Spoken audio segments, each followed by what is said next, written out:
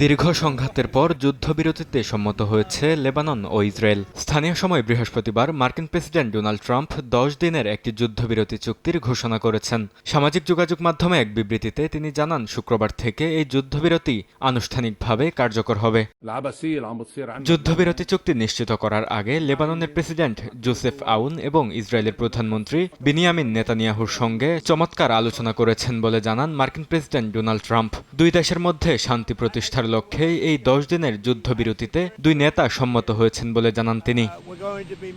গেল মঙ্গলবার ওয়াশিংটন ডিসিতে মার্কিন পররাষ্ট্রমন্ত্রী মার্কো রুবিওর উপস্থিতিতে প্রথমবারের মতো ইসরায়েল ও লেবাননের প্রতিনিধিরা বৈঠকে বসেন। ট্রাম্প তার বিবৃতিতে জানান, ভাইস প্রেসিডেন্ট জেডি ভান্স পররাষ্ট্রমন্ত্রী মার্কো রুবিওকে লেবানন ও ইসরায়েলের সঙ্গে মিলে একটি স্থায়ী শান্তি অর্জনের লক্ষ্যে কাজ করার নির্দেশ দিয়েছেন। বিবৃতিতে উল্লেখ না থাকলেও যুদ্ধবিরতি চুক্তিতে লেবাননের সশস্ত্র গোষ্ঠী হিজবুল্লাহকে অন্তর্ভুক্ত করা হবে বলে জানান ট্রাম্প। এদিকে ইসরায়েলি মন্ত্রিসভায় ভোট হওয়ার আগে ট্রাম্প লেবাননের সঙ্গে যুদ্ধবিরতি ঘোষণা করায় ইসরায়েলে ক্ষোভের সৃষ্টি হয়েছে। ইসরায়েলি সংবাদ মাধ্যম চ্যানেল 12 জানায়, মার্কিন প্রেসিডেন্টের পক্ষ থেকে এই ঘোষণা ইসরায়েলের জন্য আরও একটি বিব্রতকর পরিস্থিতি হিসেবে দেখা হচ্ছে। ইসরায়েলি সরকার এবং সাধারণ জনগণের একটি বড় অংশ চাচ্ছিল না এই যুদ্ধ এখনই থেমে যাক।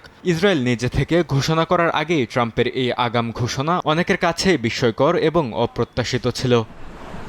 বরকতুল্লাহ, সময় সংবাদ।